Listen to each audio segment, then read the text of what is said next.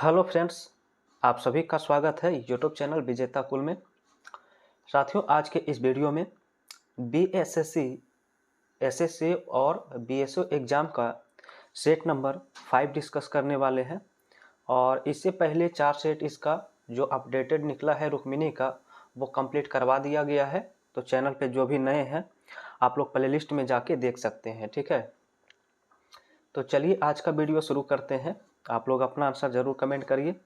और फ्रेंड्स, आप सभी को बता देते हैं कि आप सभी का जीके जीएस का रात 9 बजे से एक क्यूज भी शुरू किया गया है। तो रात 9 बजे आप लोग ज़रूर जुड़ सकते हैं उस लाइव क्लास में। बहुत ही ज़्यादा इम्पोर्टेंट क्लास होता है और हर तरह का क्वेश्चन उसमें इंक्लूड करते हैं। तो इसलिए आप लोग आज से रात 9 बजे ज़रूर जुड़िए उस सेशन में। तो आइए शुरू करते हैं आज का पहला सवाल से क्वेश्चन। जीके जीएस का हम क्वेश्चन कवर कर रहे हैं। टोटल 75 सवाल हम कवर करेंगे जीके जीएस का इसमें। तो सवाल है कि इंडोनेशिया की मुद्रा का नाम बताइए क्या है।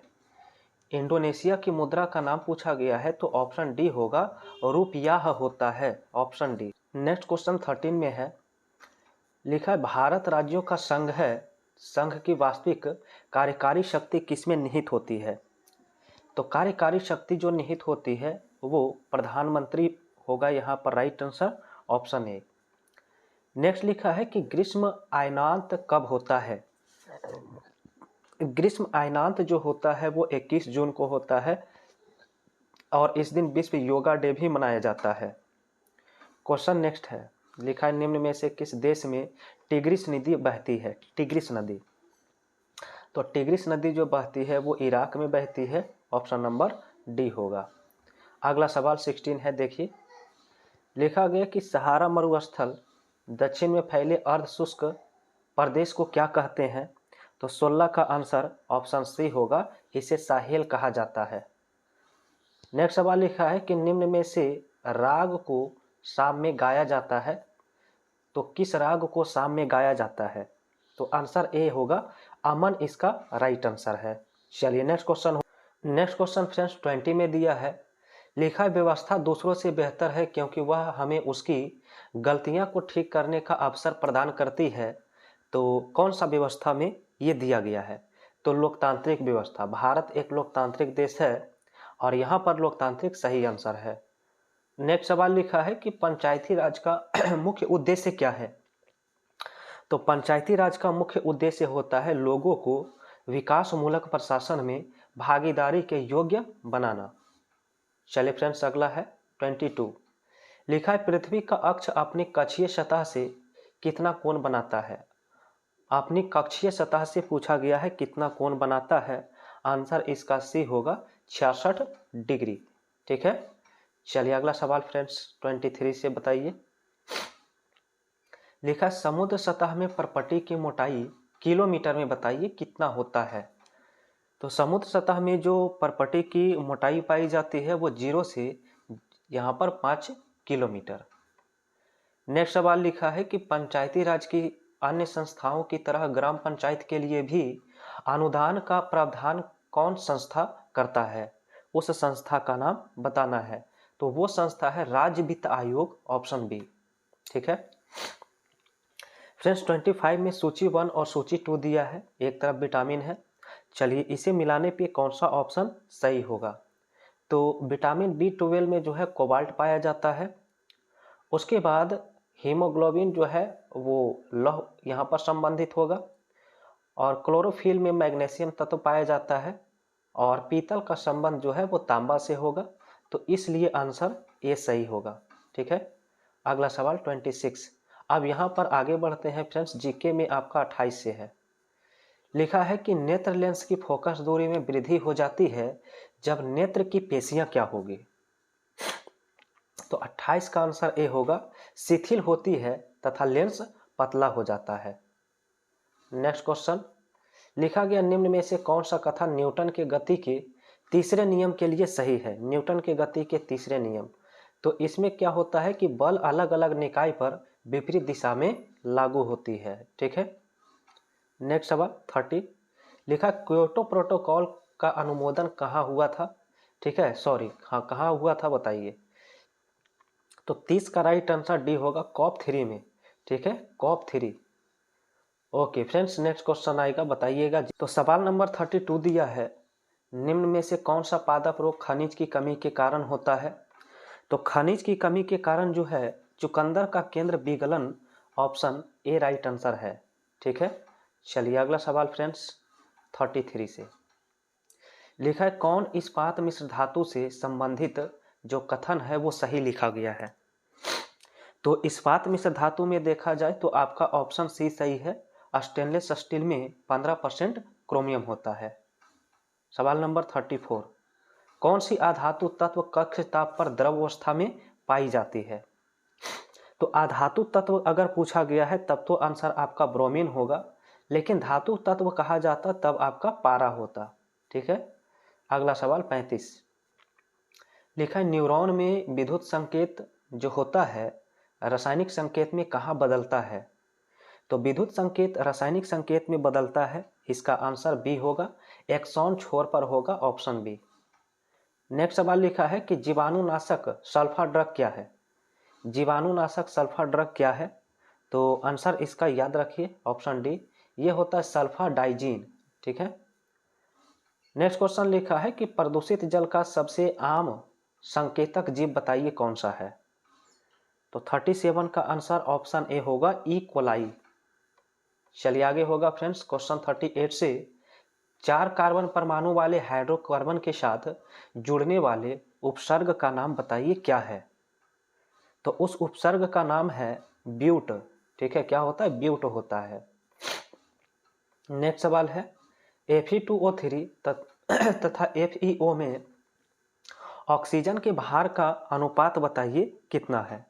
चलिए यहाँ पर फ्रेंड्स आप सीधा देख सकते हैं, दोनों का रेशियो जो आएगा 3:1 आ जाएगा द्रव्यमान का, तो ऑप्शन बी राइट आंसर हो जाएगा इस सवाल का। ठीक है, अगला सवाल जो है 40 लिखा है, जीवाणु द्वारा लंगड़ा बुखार होता है किसमें? लंगड़ा बुखार की अगर बात किया जाए तो वो ये गाय और भैंस में होता है, ऑप्शन ए सही है। नेक्स्ट क्वेश्चन 51 से दिया है, लिखा है, केन बेतवा नदी जोड़ने वाली परियोजना मध्य प्रदेश और किस राज्य को लाभ पहुंचाएगी? तो केन बेतवा जो है यहाँ पर राइट आंसर बी होगा, उत्तर प्रदेश।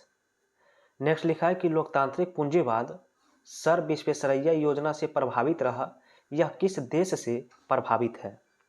तो 52 का आंसर जो है ऑप्शन ए होगा, अमेरिका। चलिए फ्रेंड्स अगला सवाल होगा, बताइए 53 से लिखा गया कि निम्न में से किसने भारत सरकार अधिनियम 1935 को गुलामी का अधिकार पत्र कहा था? तो गुलामी का अधिकार पत्र किसने कहा था? आंसर इसका डी होगा, जवाहरलाल नेहरू। नेक्स्ट है कि कपास के रेशे का उपयोग कर कपड़े बनाने की आर्थिक गतिविधि क्षेत्र किसके अंतर्गत आती है? तो 54 का आंसर याद रखिए, ये जो है द्वितीयक क्षेत्र में आएगा, ऑप्शन ए सही है इस सवाल का। नेक्स्ट लिखा है कि भारत के मसालों का उर्वर क्षेत्र इनमें से कौन सा है? तो मसालों का उर्वर क्षेत्र या मसालों की रानी जो है वो केरल को कहा जाता है, इसलिए आंसर यहाँ पर बी हो जाएगा। नेक्स्ट लिखा है कि भारत में बाहरी आक्रमण अथवा सशस्त्र विद्रोह के कारण भारत के राष्ट्रपति के द्वारा राष्ट्रीय आपात की घोषणा किस आर्टिकल के अंतर्गत किया जाता है? तो 56 का आंसर ऑप्शन ए होगा, आर्टिकल 352 के तहत। नेक्स्ट है 57 लिखा है, पंचायत समिति के सदस्य, अब देखिए क्या आंसर होगा 57 का। तो प्रत्यक्ष रूप से जनता के द्वारा क्या होते हैं? निर्वाचित होते हैं पंचायत समिति के सदस्य। नेक्स्ट सवाल 59 है, बांग्लादेश की आधिकारिक भाषा क्या है बताइए? बांग्लादेश की आधिकारिक भाषा क्या है? तो 58 का आंसर डी होगा, बांग्ला। क्या है? बांग्ला है। ठीक है, ओके अगला सवाल 59 है, लिखा है, प्रधानमंत्री सुकन्या समृद्धि योजना का शुभारंभ कब किया गया था? तो इसका आंसर याद रखिए, ऑप्शन सी जनवरी 2015 में। नेक्स्ट लिखा है, फुटबॉल टीम के प्रत्येक में कितने खिलाड़ी होते हैं? प्रत्येक टीम में जो प्रत्येक पक्ष होता है तो इसमें कितने प्लेयर्स होते हैं? तो 11 होता है, जिस तरह से क्रिकेट में भी 11 होता है। नेक्स्ट है, प्राचीन ब्राह्मी लिपि को पढ़ने वाला प्रथम व्यक्ति कौन था? तो ब्राह्मी लिपि को पढ़ने वाला व्यक्ति था जेम्स प्रिंसेप। इसका ऑप्शन डी राइट है। नेक्स्ट क्वेश्चन है, लिखा किस पंचवर्षीय योजना के दौरान आपातकाल लगाया गया था? नए चुनाव हुए थे और जनता पार्टी चुनी गई थी। तो 62 का राइट आंसर क्या होगा? याद रखिए ऑप्शन सी होगा, 5वीं पंचवर्षीय योजना। अगला सवाल है, लिखा किस साल भारत भूटान फाउंडेशन की स्थापना हुई थी? तो भारत भूटान की स्थापना जो किया गया था 2003 ईस्वी में। नेक्स्ट लिखा है 64 में निम्न में से कौन सा भारतीय सरकार का अंग है? तो 64 का आंसर क्या करना है? तो देखिए विधायिका हो गया, कार्यकारी हो गया और न्यायपालिका, ये 3 अंग हैं। तो इसलिए आंसर सी आपका राइट आंसर हो जाएगा। चलिए नेक्स्ट क्वेश्चन हो। तो नेक्स्ट क्वेश्चन फ्रेंड्स 66 से होने वाला है। लिखा है जालियांवाला बाग नरसंहार किस वर्ष में हुआ था? जालियांवाला बाग नरसंहार किस वर्ष में हुआ था? आंसर इसका सी होगा 1919 ईस्वी। नेक्स्ट है, निम्नलिखित राजवंश को अपने शासन की अवधि के अनुसार सही क्रम में व्यवस्थित करें। तो सही क्रम में व्यवस्थित करेंगे तो ऑप्शन बी राइट आंसर निकल के आएगा, यानी कि सबसे पहले आपका इसमें खिलजी वंश हो जाएगा पहले नंबर पर, फिर इसके बाद तुगलक वंश आएगा, इसके बाद फ्रेंड्स आपका सैयद वंश आएगा, सैयद वंश, और सबसे लास्ट में लोधी वंश। तो आंसर इसका बी राइट है। ठीक है, चलिए नेक्स्ट क्वेश्चन का आंसर बताइए। तो नेक्स्ट क्वेश्चन 69 में है। लिखा है भारत का कश्मीर से कन्याकुमारी तक उत्तर से दक्षिण विस्तार लगभग कितना है? 69 का आंसर। तो 69 का आंसर सी होगा 3200 किलोमीटर।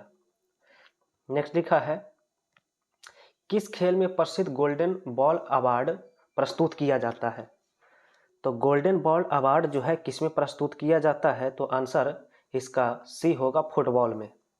ठीक है, ये फुटबॉल में दिया जाता है। नेक्स्ट है 71, नागा अर्जुन सागर बहुउद्देशीय परियोजना कौन सी नदी पर स्थित है? तो इसका आंसर है कृष्णा नदी। ठीक है, चलिए नेक्स्ट क्वेश्चन बताइए फ्रेंड्स। नेक्स्ट क्वेश्चन 95 से है। लिखा है भारत ने विशेष ओलंपिक विश्व शीतकालीन खेल 2025 में कितने पदक जीते हैं? तो टोटल पदक की संख्या पूछा है, तो याद रखिए 33 यहाँ पर राइट आंसर होगा, ऑप्शन बी। अगला लिखा कि वर्तमान में कनाडा के प्रधानमंत्री बताइए कौन है?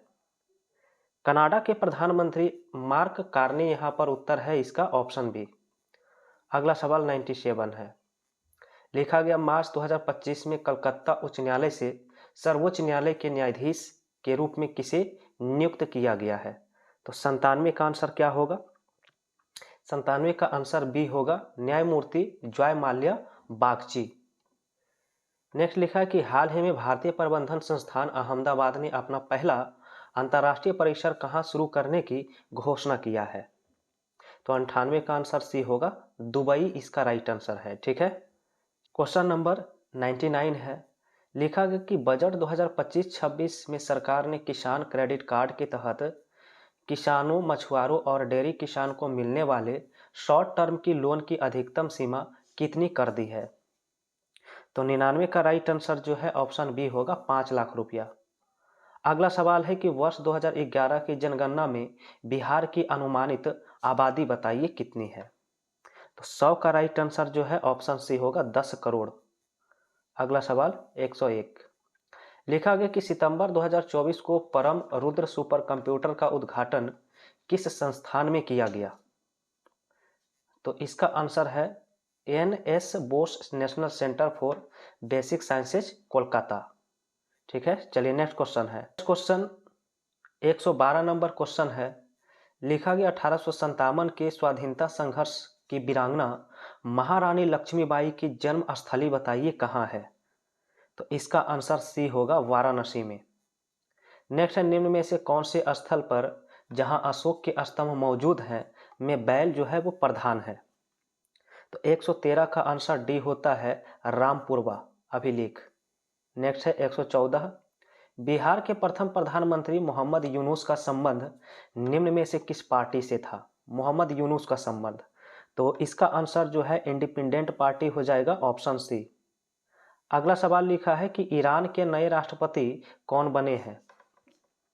तो ईरान के नए राष्ट्रपति जो बने हैं ऑप्शन ए होगा, मसूद पेजेशकियान। सिकियान, ऑप्शन ए हो जाएगा। और अगला सवाल है 116, भारतीय मानक समय 82.5 डिग्री पूर्वी देशांतर को मानक मध्याह्न रेखा के रूप में निर्धारित किया जाता है, जो कहाँ से गुजरता है?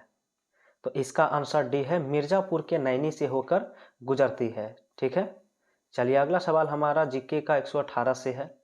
लिखा है 2011 की जनगणना के अनुसार भारत का तीसरा सर्वाधिक जनसंख्या वाला राज्य कौन सा है? तो इसका आंसर डी होगा, बिहार। ठीक है, अगला सवाल है, अरुण वरुण तमोर नदियां किस नदी प्रणाली का हिस्सा है? तो इसका करेक्ट आंसर डी होता है, कोसी नदी। नेक्स्ट है 120 में लिखा गया है कि 7 कल्याण मार्ग का डिजाइन इनमें से किसने तैयार किया था? तो इसका डिजाइन जो है सर एडविन लुटियंस के द्वारा किया गया। तो नेक्स्ट सवाल 134 से होने वाला है। लिखा है मेगालोब्लास्टिक एनीमिया किस विटामिन की कमी के कारण होता है? तो 34 का आंसर बी होगा, विटामिन B9। और अगला सवाल है कि किस पौधे एवं उसके युग्म सुमेलित हैं? जो सही सुमेलित है ये बताना है यहाँ पर। तो फ्रेंड्स राइट आंसर जो है ऑप्शन ए होता है, नारियल का जो पालमी है यहाँ पर बिल्कुल सही है।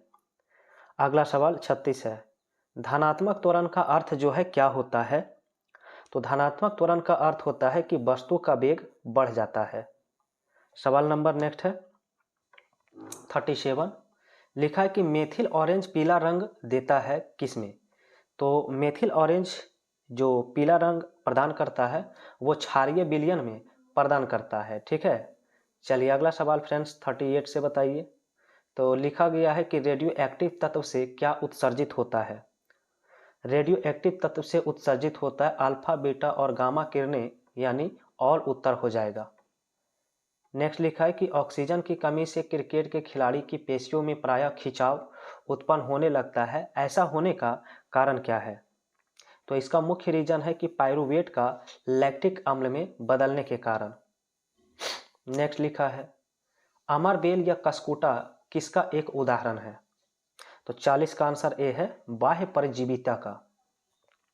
41, लिखा गया कि निम्नलिखित में कौन सा क्रम विद्युत चुंबकीय स्पेक्ट्रम में आवृत्ति के बढ़ते क्रम में लिखा गया है? तो 41 का आंसर जो है डी होगा, माइक्रो तरंग। ठीक है, माइक्रो तरंग, अवरक्त किरण, एक्स किरण और गामा किरण। अगला सवाल 42, लिखा है भारत इनमें से किस आनुवांशिक रूप से संशोधित फसल की कानूनन खेती करने की अनुमति दी गई है? तो 42 का आंसर फ्रेंड्स ए होगा, बीटी कपास। ठीक है, चलिए अगला सवाल देखिए। तो नेक्स्ट क्वेश्चन 44 में है, लिखा गया निम्न में से असंतृप्त वसीय अम्ल को चुनिए। असंतृप्त वसीय अम्ल कौन सा है? तो ऑप्शन सी हो जाएगा, ओलिक अम्ल। ठीक है, क्या हो जाएगा? ओलिक अम्ल हो जाएगा। अगला सवाल 45, दक्षिण भारत की सर्वोच्च चोटी का नाम बताइए। तो दक्षिण भारत की सर्वोच्च चोटी का नाम है अनाई मुडी। सवाल नंबर नेक्स्ट है, गन पाउडर जो है किसका किसका मिश्रण होता है? तो गन पाउडर जो होता है फ्रेंड्स याद रखिए, option A, potassium nitrate, sulphur और चारकोल। नेक्स्ट सवाल है कि नामदफा बाघ अभ्यारण्य किस राज्य में स्थित है? तो नामदफा स्थित है अरुणाचल प्रदेश में, ऑप्शन ए राइट होगा। सवाल नंबर 48 दिया है, लिखा गया है कि निम्नलिखित में कौन सा एक प्रक्रम प्रकाश संश्लेषण में सम्मिलित है? फोटोसिंथेसिस कहते हैं। तो आंसर इसका बी होगा, प्रायतम ऊर्जा स्थितिज ऊर्जा में परिवर्तित होती है और संचित हो जाती है। और आज का हमारा अंतिम सवाल है 150 नंबर सवाल जीके का। लिखा ज्ञानपीठ पुरस्कार प्राप्त करने वाले पहले छत्तीसगढ़ी साहित्यकार कौन है? तो ये अंतिम सवाल है फ्रेंड्स, आंसर इसका विनोद कुमार शुक्ल होता है। तो फ्रेंड्स देखिए आप सभी को बता देते हैं, अगर आप बिहार एसएससी की कोई भी या तो इंटर लेवल या बिहार सीजीएल या अन्य एग्जाम की तैयारी कर रहे हैं तो आप सभी के लिए लाइव सेशन जीके जीएस का आता है 9 बजे से प्रतिदिन। तो बिल्कुल उस सेशन में आप लोग जुड़िए 9 बजे से रात में, और बेहतरीन तरीके से वहाँ पर सारा GK GS current affairs previous year और स्टैटिक जीके को करवाया जाता है, जो बहुत ही महत्वपूर्ण वहाँ पर सेशन चलता है। तो आप लोग जुड़ सकते हैं आज से। और फ्रेंड्स ये वीडियो आप सभी को अगर पसंद आया है तो वीडियो को लाइक करिए, शेयर करिए और चैनल पर नए हैं तो चैनल को भी सब्सक्राइब करिए।